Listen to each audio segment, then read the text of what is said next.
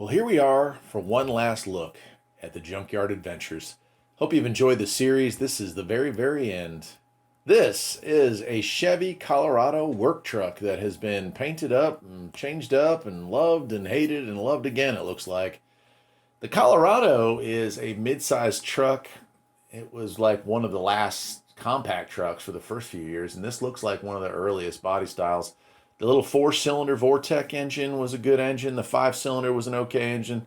The inline fives being far more common than the four-cylinder engine. That if I were going to get one of these, I would opt for the four myself.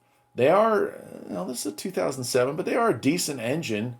And these cars, although they're not big sellers to people in this generation, they were big sellers for fleets. You saw a lot of these for like exterminators, for construction companies, for anything that needed hundreds and hundreds of trucks or even thousands of trucks. This was the way to go.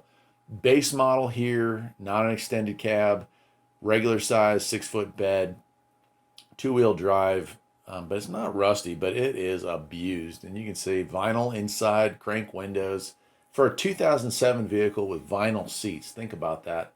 Now, it did come with an automatic transmission, and unfortunately, like all these modern cars, there's a digital display, so I can't tell you what the mileage is, but here it is. It's just the most basic little truck you can come across. I would love to own one of these. However, the four-wheel drive examples of these are all rusted to pieces, and that's just not worth it. I hope you enjoyed all these series of junkyard cars. They didn't get a ton of views, so I'm choosing not to continue this series.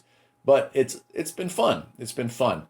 Leave your comments below if you've enjoyed this series. Till next time, my friends, take care.